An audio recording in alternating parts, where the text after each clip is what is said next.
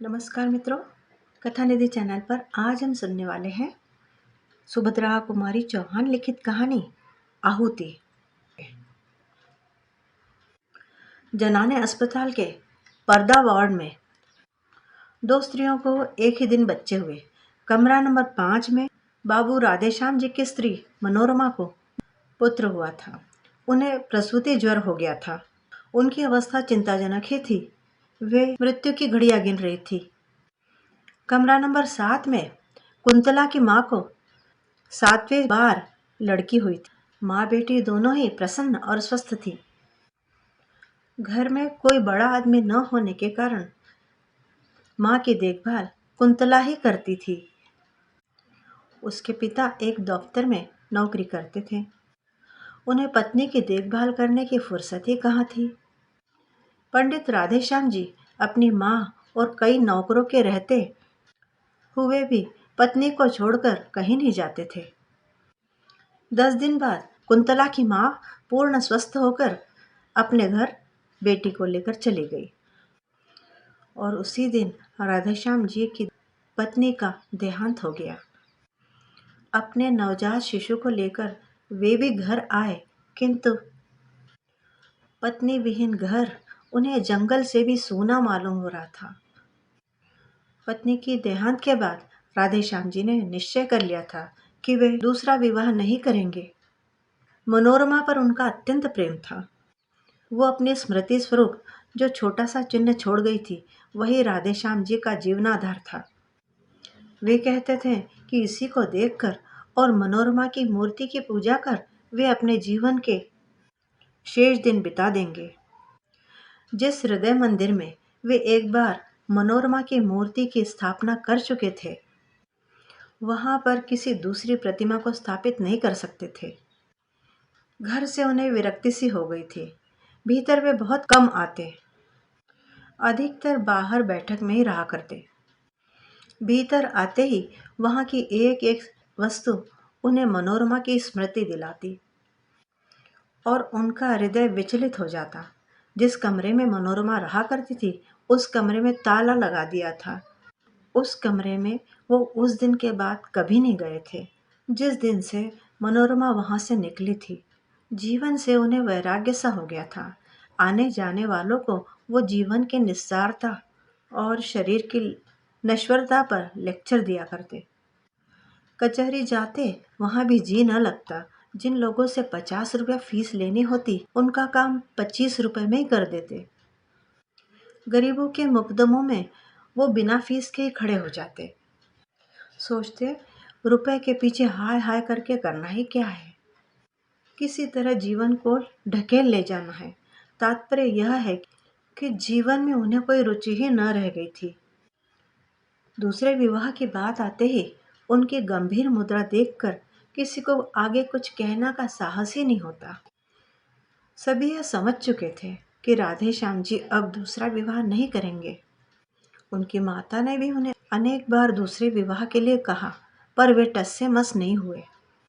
अंत में वो अपनी इस इच्छा को साथ लिए हुए ही इस जगत से विदा हो गई। इसके कुछ दिन बाद ही एक दिन जब राधेश्याम जी अपने मित्रों के साथ बैठक में बैठे हुए थे और बाहर उनका लड़का हरिहर नौकर के साथ खेल रहा था, उसी समय सामने से एक तांगा निकला। ना जाने कैसे तांगे का एक पहिया निकल गया और तांगा कुछ दूर तक घिसटता हुआ चला गया। एक 7-8 साल का बालक तांगे पर से गिर पड़ा और एक बालिका, जो शायद उसकी बड़ी बहन थी, गिरते गिरते बचकर उतरकर दूसरी ओर खड़ी हो गई। चालक को अधिक चोट आई थी। बालिका ने मृग शावक की तरह घबराए हुए अपने 2 सुंदर नेत्र सहायता के लिए चारों ओर फेरे और फिर अपने भाई को उठाने लगी। राधेश्याम जी ने देखा और दौड़ पड़े। बालक को उठाकर झाड़ने पोंछने लगे। राधेश्याम के एक मित्र जगमोहन, जो राधेश्याम के साथ ही दौड़कर बाहर आए थे, बालिका को संबोधन कर बोले, कहाँ जा रही थी कुंतला? मौसी के घर जनेऊ है, वहीं अम्मा के पास जा रही थी। कुंतला ने शर्मा कर कहा। कुंतला को देखते ही राधेश्याम जी की एक सोई हुई स्मृति जाग उठी। दूसरा तांगा बुलवाकर उसमें कुंतला और उसके भाई को रवाना कर राधेश्याम जी जगमोहन के साथ अपनी बैठक में वापस आए। एक दिन बातों ही बातों में राधेश्याम जी ने जगमोहन से पूछा, भाई वो किसकी लड़की थी जो उस दिन तांगे पर से गिर पड़ी थी? जगमोहन ने बतलाया कि वह पंडित नंदकिशोर तिवारी की कन्या है। पढ़ी लिखी, गृह कार्य में कुशल और सुंदर होने के बाद भी धनाभाव के कारण वो अभी तक कुंवारी है। बेचारे तिवारी जी 50 रुपए माहवार पर एक ऑफिस में नौकर है। बड़ा परिवार है, 50 में तो खाने पहनने को भी बड़े मुश्किल पड़ती है। फिर लड़की के विवाह के लिए 2-3 हजार रुपए कहाँ से लावे? कान्य कुब्जों में तो बिना पहरोने के कोई बात ही नहीं करता। बड़े कष्ट में है बेचारे। लड़की को पढ़ा लिखा कर किसी अनपढ़ के गले में भी तो बांधते नहीं बनता। एक बार तो तिवारी जी पर उपकार करने की भावना से पंडित राधेश्याम जी का हृदय आतुर हो उठा, किंतु तुरंत ही मनोरमा की स्मृति ने उन्हें सचेत कर दिया। तिवारी जी पर उपकार करना मनोरमा को हृदय से भुला देना था। राधेश्याम जी को जैसे कोई भूली बात याद आ गई हो। वे अपने आप ही सिर हिलाते हुए बोल उठे, नहीं नहीं, यह नहीं हो सकता। राधेश्याम जी के हृदय की हलचल को जगमोहन ने ताड़ लिया। वार करने के लिए उन्होंने यही अवसर उपयुक्त समझा। संभव है निशाना ठीक पड़े। जगमोहन बोला, तुम क्या कहते हो राधेश्याम? है ना लड़की बड़ी सुंदर? पर बेचारी को कोई योग्य वर नहीं मिलता। अगर तुम इससे विवाह कर लो तो कैसा रहे?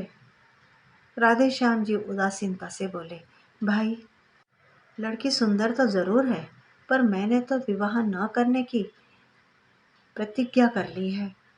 जगमोहन उत्साह में भरकर बोला, अरे छोड़ो भी, ऐसी प्रतिज्ञा तो पत्नी के मानने के बाद हर कोई करता है। उसके माने यह थोड़ी है कि फिर कोई विवाह करता ही नहीं। अरे भाई, जन्म और मृत्यु संसार में लगा ही रहता है। जो पैदा हुआ है उसे मरना ही है एक न एक दिन। जो मरा है उसे फिर जन्म लेना है। रंज किसे नहीं होता है, किंतु उस रंज के पीछे बैरागी थोड़े ही बन जाना पड़ता है। और फिर अभी तुम्हारी उम्र ही क्या है? यही ना 35-36। बस जीवन भर तपस्या करने की बात है। पर बिना स्त्री के घर जंगल से भी वीरान रहता है। मेरे घर में ब्रजेश की माँ 4 दिन के लिए पीहर चली जाती है तो घर जैसे काट खाने को दौड़ता है। राधेश्याम बोले, ये कोई बात नहीं जगमोहन, घर से तो मुझे कोई मतलब नहीं है। जिस दिन मनोरमा का देहांत हुआ मेरे लिए घर घर नहीं रह गया। बात इतनी है कि बच्चे की देखभाल करने वाला अब कोई नहीं है। अम्मा थी तब तक तो कोई बात नहीं थी, पर अब बच्चे की देखभाल ठीक से नहीं हो पा रही। नौकरों के भरोसे पर बच्चे को छोड़ देना भी ठीक नहीं, और मैं कितनी देखभाल कर सकता हूँ? तुम भी सोचो। परिणामतः बच्चा दिनों दिन कमजोर होता जा रहा है। अंततः राधेश्याम जी का विवाह कुंतला के साथ हो गया। उनकी उजड़ी हुई गृहस्थी में बाहर आ गई। मनोरमा के कमरे का ताला खोलकर उसकी रंगीन तस्वीरों पर हल्का जॉर्जेट का पर्दा डाल दिया गया। उस घर में फिर से नुपुर की मधुर ध्वनि सुनाई पड़ने लगी। चतुर गृहिणी का हाथ लगते ही घर फिर नंदनवन हो गया। कुंतला की कार्य कुशलता और बुद्धि की कुशाग्रता पर राधेश्याम जी मुग्ध थे। सुंदर तो वो थी ही, उसके प्रेम के प्रकाश से राधेश्याम जी का हृदय आलोकित हो उठा। अब वहां पर मनोरमा की धुंधली स्मृति के लिए भी स्थान न था। वे अब पूर्ण सुखी थे। उन्होंने दूसरा विवाह किया था, संभवतः हरिहर की देखभाल के लिए ही, किंतु इस समय कुंतला को हरिहर से अधिक राधेश्याम जी की देखभाल करनी पड़ती थी। उनकी देखभाल से ही वह इतने थक जाती कि उसे आंख उठाकर हरिहर की ओर देखने का भी समय न मिलता। कुंतला के रूप सौंदर्य ने और राधेश्याम जी के अधिक वय में विवाह होने की वजह से राधेश्याम जी को कुछ अधिक असावधान बना दिया था। बुरा भला कैसा भी काम हो, उसकी एक सीमा होती है। राधेश्याम के इस अनाचार से कुंतला को जो मानसिक यंत्रणा होती थी वो तो होती ही थी, पर उसका प्रभाव उसके स्वास्थ्य पर भी पड़े बिना न रहा। उसका कुंदन की तरह चमकता वर्ण पीला पड़ गया, आंखें निस्तेज हो गई, 6 महीने की बीमार मालूम पड़ने लगी। वैसे ही वह स्वभाव से और शरीर से सुकुमार थी। अब चलने में उसके पांव कांपते, हाथ पांव में दर्द बना रहता और जी हमेशा ही अलसाया हुआ रहता। खाट पर लेट जाती तो उठने की हिम्मत न होती और न ही मन होता। कुंतला की इस अवस्था से राधेश्याम अनभिज्ञ हो, ऐसी बात न थी। उन्हें सब पता था। कभी कभी ग्लानि और पश्चाताप उन्हें जरूर होता, किंतु किंतु वो लाचार थे। कहते हैं, ढलती उम्र का विवाह और दूसरे विवाह की सुंदर स्त्री मनुष्य को पागल बना देती है। था भी कुछ ऐसा ही। कुंतला अपने जीवन से कुछ बेजार सी हो रही थी, किंतु वो राधेश्याम को किस प्रकार रोक सकती थी, कैसे मना करती। 7 भावरे फेर लेने के बाद में राधेश्याम को उसके शरीर पर पूरी मोनोपोली मिल चुकी थी ना। इधर कुछ दिनों से शहर में एक स्त्री समाज की स्थापना हुई थी। उस कार्यकारिणी की कुछ महिलाएं आकर एक दिन कुंतला को निमंत्रण दे गई। कुंतला ने सोचा, अच्छा ही है, 1-2 घंटे घर से बाहर रहकर अपने बारे में कुछ सोचने समझने का भी वक्त मिलेगा। उसने निमंत्रण स्वीकार कर लिया। वहां गई भी। वहां जितनी भी स्त्रियों ने भाषण पढ़े या बोले, कुंतला ने सोचा, वह इन सब स्त्रियों से अच्छा भाषण लिख कर बोल सकती है। घर आकर कुंतला ने भी एक लेख लिखा। विषय था, भारत की वर्तमान सामाजिक अवस्था में स्त्रियों का स्थान। राधेश्याम जी ने भी लेख देखा, पढ़ा, बहुत ही प्रसन्न हुए। लेख लिए हुए वो बाहर गए। बैठक में उनके कई मित्र बैठे हुए थे। राधेश्याम जी ने वह लेख अपने मित्र को दिखाया। मित्रों ने भी लेखिका की शैली और सामयिक ज्ञान की प्रशंसा की। अपने साहित्य सेवी मित्र अखिलेश कुमार को लेकर राधेश्याम जी भीतर आए। कुंतला को पुकार कर बोले, कुंतला, तुम्हारा लेख बहुत ही अच्छा है। मुझे नहीं मालूम था कि तुम इतना अच्छा लिख सकती हो, नहीं तो तुमसे सदा लिखते रहने का आग्रह करता। तुम्हारे इस लेख में भाषा की कहीं कुछ त्रुटियां हैं जरूर, पर उन्हें मेरे ये मित्र अखिलेश ठीक कर देंगे। तुम रोज लिखा करो। मुझे तो भाषा का ज्ञान नहीं, अन्यथा मैं ही ठीक कर देता। खैर, कोई बात नहीं, ये भी घर के ही से आदमी हैं। कुंतला के लेखों को देखने का भार अखिलेश पर सौंप कर राधेश्याम जी को बहुत संतोष हुआ।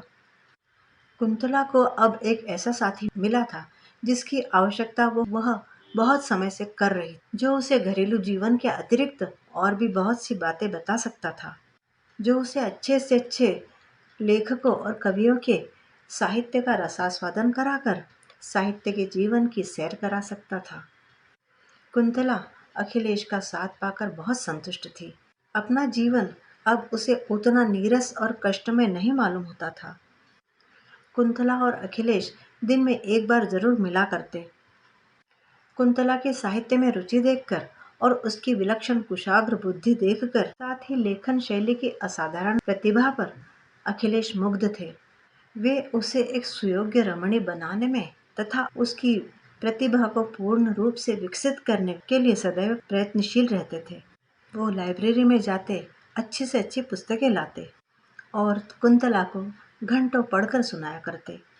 कविवर शैली, कीट्स, टेनिसन, साथ ही महाकवि शेक्सपियर की ऊंचे दर्जे की काव्य पढ़कर उसे समझाते, उसके सामने व्याख्या करते तथा आलोचना करते तथा उससे भी करवाते। हिंदी के धुरंधर कवियों की रचनाएं सुनाकर वे कुंतला की प्रवृत्ति कविता की ओर मोड़ना चाहते थे। उनका विश्वास था कि कुंतला लेखों से कहीं अधिक अच्छी कविताएं लिख सकेगी। किंतु अब राधेश्याम को अखिलेश्वर का कुंतला के पास इतनी इतनी देर तक बैठना अखरने लगा था। वे कभी कभी सोचते कि शायद कुंतला के सुंदर रूप पर रीझ कर ही अखिलेश्वर उसके साथ इतना समय व्यतीत करते हैं, किंतु प्रकट में वे कुछ न कह सकते थे क्योंकि उन्होंने स्वयं ही तो उनका आपस में परिचय करवाया था। कुंतला राधेश्याम के मन की बात समझती थी, इसलिए वो बहुत सतर्क रहती थी। किंतु फिर भी कभी भूल से उसके मुंह से अखिलेश्वर का नाम निकल जाता तो राधेश्याम के हृदय में ईर्ष्या की अग्नि भभक उठती। अब राधेश्याम के मन में अखिलेश्वर के लिए मित्र भाव की अपेक्षा जलन का भाव ही अधिक था। इन्हीं दिनों कुंतला ने 2-4 तुकबंदियां भी की, जिनमें कल्पना की बहुत ऊंची उड़ान और भावों का बहुत सुंदर समावेश था, किंतु शब्दों का संगठन उतना अच्छा नहीं था। अपने हाथ के लगाए हुए पौधों में फूल आते देखकर जिस प्रकार माली प्रसन्न हो जाता है, उसी प्रकार कुंतला की कविताएं देखकर अखिलेश्वर प्रसन्न हुए। उन्होंने कविताओं को कई बार पढ़ा और राधेश्याम जी को भी पढ़कर सुनाई। कुंतला की बुद्धि की बड़ी प्रशंसा की, किंतु राधेश्याम खुश न हुए। उन्हें ऐसा मालूम हुआ कि जैसे कुंतला ने अखिलेश्वर के विरह में दुखी होकर ही यह कविता लिखी है। अखिलेश्वर निष्कपट और निस्वार्थ भाव से कुंतला का शिक्षण कर रहे थे। उन्हें कुंतला से कोई विशेष प्रयोजन न था। कुंतला के इस शिक्षण में उन्हें इतना ही आत्मसंतोष था कि वे साहित्य की एक सेविका तैयार कर रहे हैं, जिसके द्वारा साहित्य की कभी न कभी कुछ अच्छी सेवा अवश्य होगी। राधेश्याम के मन में उनके प्रति इस तरह के ईर्ष्या के भाव प्रज्वलित हो चुके हैं, इसका उन्हें आभास तक न था, क्योंकि उनका हृदय निर्मल और पवित्र था। कई दिनों तक अखिलेश्वर बीमार रहे, इसलिए वे घर से बाहर ना निकल सके थे। खाट पर घर में अकेले पड़े पड़े कई बार उन्हें कुंतला की याद आई। कई बार उन्होंने सोचा कि उसे बुलवा भेजे, फिर जाने क्यों आगा पीछा सोचकर वे उसे बुला न सके। इधर कई दिनों से अखिलेश्वर का कोई भी समाचार न पाकर कुंतला भी उनसे मिलने के लिए उत्सुक थी। वो बार बार सोचती कि एकाएक इस प्रकार आना क्यों बंद कर दिया, क्या बात हो गई। किंतु अखिलेश्वर के विषय में कुछ भी राधेश्याम से पूछने से वह डरती थी। इसी बीच एक दिन कुंतला की माँ ने कुंतला को मिलने के लिए बुला भेजा। जब तांगा आवे तब तुम चली जाना, ऐसा कुंतला से कहकर राधेश्याम कचहरी चले गए।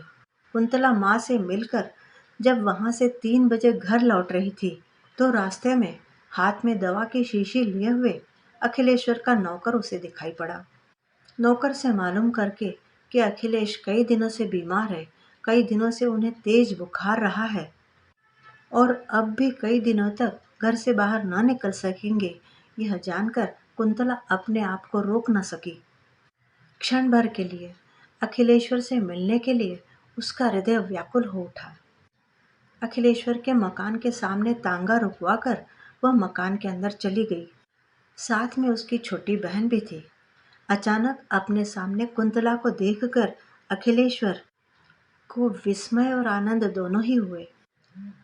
अपनी खाट के समीप ही कुंतला को बैठने के लिए कुर्सी देखकर वे भी उठकर बैठ गए। बोले, कुंतला तुम कैसे आ गई? इस बीमारी में तो मैंने तुम्हारी बहुत याद की। इसी समय राधेश्याम जी ने कमरे में प्रवेश किया। कुंतला कुछ भी न बोल पाई।